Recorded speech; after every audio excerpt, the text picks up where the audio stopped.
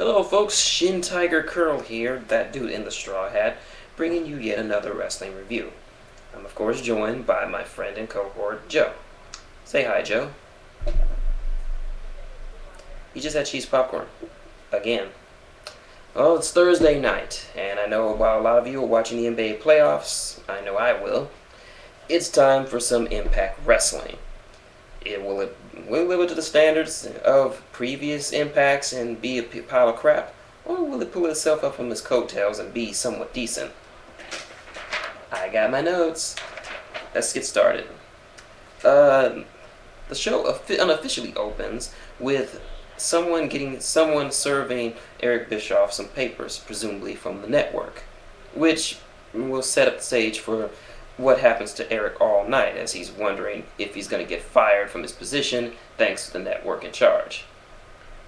Impact really opens with an impromptu backstage knockout fight. We haven't had one of these in a long time, and it's between ODB and Velvet Sky. Velvet was in the process of doing a photo shoot, so she was not exactly clad for a street fight.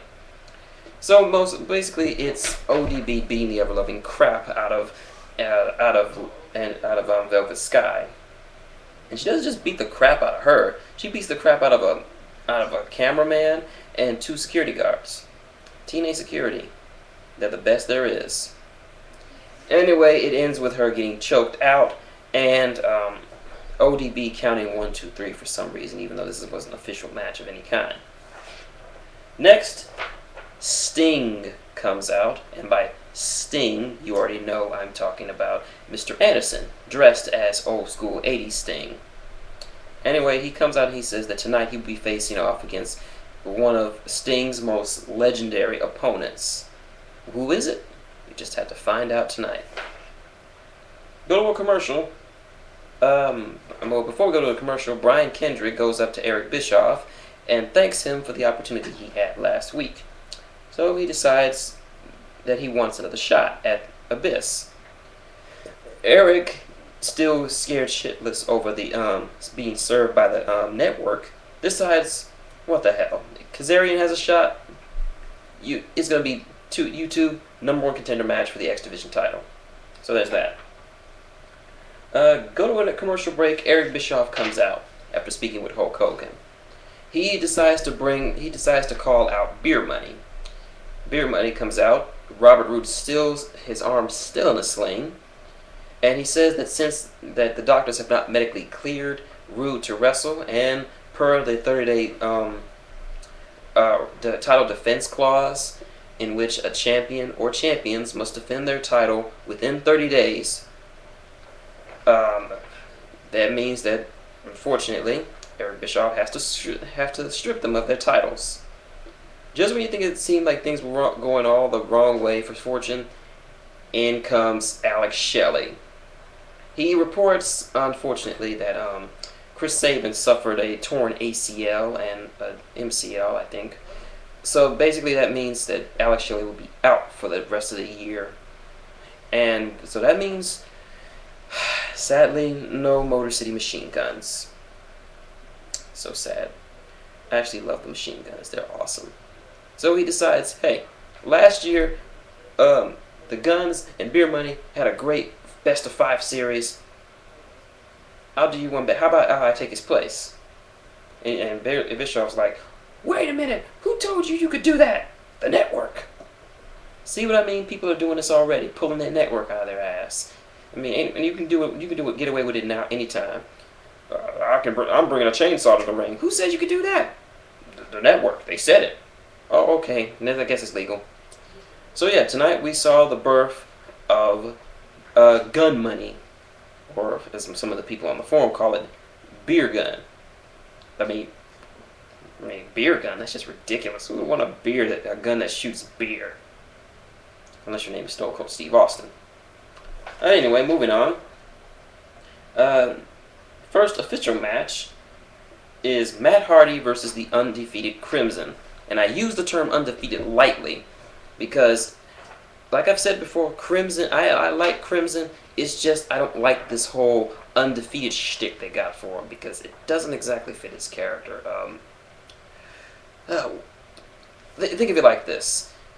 With all the famous streaks that have been in professional wrestling, your Goldbergs, your Umagas, your Samoa Joes, old Samoa Joe, and when they had their streaks, they could feel this aura of unstoppability, like this whole aura of like, what will it take to beat this guy? I mean, nobody could beat him. I mean, that's just how they do. Crimson does not have that. Most because even though he's been there for 6 months, he hasn't wrestled very many singles matches. For the first couple of times, he just appeared out of nowhere and did a few tag matches. But other than that, the people he's actually beaten don't exactly, in the way he's won, doesn't exactly scream unstoppable monster. So yeah, I like the guy. I just don't like this whole angle. And plus, his finisher really, really sucks. It's just a sky-high power bomb. That sucks. Anyway, this was a much better match than I expected. Hardy's in-ring style is getting better, and I still call him Fat Hardy. It was a pretty back-and-forth matchup. It wasn't total squash, but Crimson won. Then somebody dressed in a Samoa Joe fat suit and wearing a Samoa Joe mask comes in and tries to stop him, but gets speared by one of the shittiest spears I've ever seen. It was good for Goldberg. It was okay for Edge. It was crappy for Batista, and it's crappy for you, Crimson. So don't do it no more. Next up, Eric Young and Sting have a talk, and they discuss that Anderson wants a rematch with the Great Muda. So he convinces Eric Young to have a great match with him as the Great Muda. Next up, Miss Tessmacher, who I found out is from Houston, takes on Angelina Love. Now, I have to say, Miss Tessmacher is getting progressively better in the ring. I mean, she's doing better in the ring than Kelly in the WWE, but I'm really not a fan of Angelina Love. She kind of is a drag for me. So, but overall, Angelina Love wins. Moving on. Next up is the rematch we've all been waiting for. Sting takes on the not-so-great Muda. And I will admit, when Eric Young came out there dressed as the Great Muda, he just... I nearly had a heart attack laughing so hard. I mean, Eric Young knows what he's doing. At first, the match is all played for laughs until it turns into a serious wrestling match. And I gotta say, this was probably one of the better matches I've seen from Impact. I mean, a lot of people put Eric Young down because of his goofy persona, but a lot of people underestimate him. He's a great guy. He's a great in-ring competitor. Anyway, Gunner comes out for some reason, distracts the ref. Sting goes for the Scorpion Death Drop, but instead gets a face full of green mist, and Eric Young beats the #1 contender. Enter Gunner to start picking the bones when Sting comes out to help him. And it's said at the end of the show, next week it'll be Eric Young and Sting versus Mr. Anderson and Gunner. Next up, Brian Kendrick versus Kazarian. #1 contenders match for the X Division title. And this was the fucking match of the night.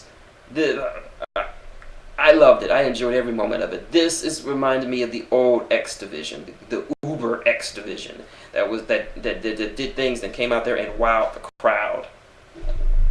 Joe was wild too. There was just so much action I can't even articulate. I've only got 15 minutes to do a review, and even I can't articulate how awesome this match was. The supposed ending came when the ref got bumped by both of them, and he declared the match a draw. The fans wanted 5 more minutes, and Christy Hemme revealed that Eric Bischoff is going to give the match 5 more minutes. Yay! That is until Abyss' toothless ass came down and decided that, fuck it, I'm going to foobar the match. So the match is foobar. Fuck you, Abyss. Right between your gappy teeth. I mean, they should not have ruined such a great match on this crap. Next up, main event time. Scott Steiner teams with Jeff Jarrett against Kurt Angle and Matt Morgan. Now, before the match began, Earl Hebner and a few other referees decided that they've had enough of Karen Angle's shenanigans, or maybe just had enough of hearing her voice all the time, and decided to throw her out of the match. This was a okay match. I really wasn't feeling it. I don't know what it was about this match, but it was okay. Jarrett and Angle, who were the legal men, I guess. I don't know. It was kind of confusing at the latter half. They both go outside the ring to the ramp, and they're fighting. Karen decides to interject her screeching ass, and she kind of backs away from as Angle is approaching her. Jeff hits Kurt from behind, not to Karen. But what people didn't see, because they were backstage, was that there was a set of stairs back there, and apparently Karen fell down the stairs. Yay! Match ends with a count out victory for Jarrett and Big Papa Pump, but neither did they care. Kurt was pretty much yelling at Jarrett for getting Karen involved in this. She should never have been there, and Jeff was pretty much agreeing with him that it was pretty much his fault. But I know he's going to turn it around on Kurt next week. So there's that. I mean, this was a pretty good twist to the storyline they've been doing. This actually shows that Kurt actually cares for Karen and being the mother of his children. So he's like, "What did you do? I told you not to involve her. She's the mother of my children. Get some help here." Next up, the leaders of Immortal, Hulk Hogan and Eric Bischoff, come out, and Bischoff says, "Well, if this is my last night, I'm going to say this. I hate you, Mick Foley. You're nothing but a glorified stuntman running around with a fucking Muppet," and blah blah. Then Hogan opens the letter, and it turns out that the network fired Mick Foley. Yeah. Hope you have a good explanation for this, Impact. And that's Impact Wrestling. My thoughts?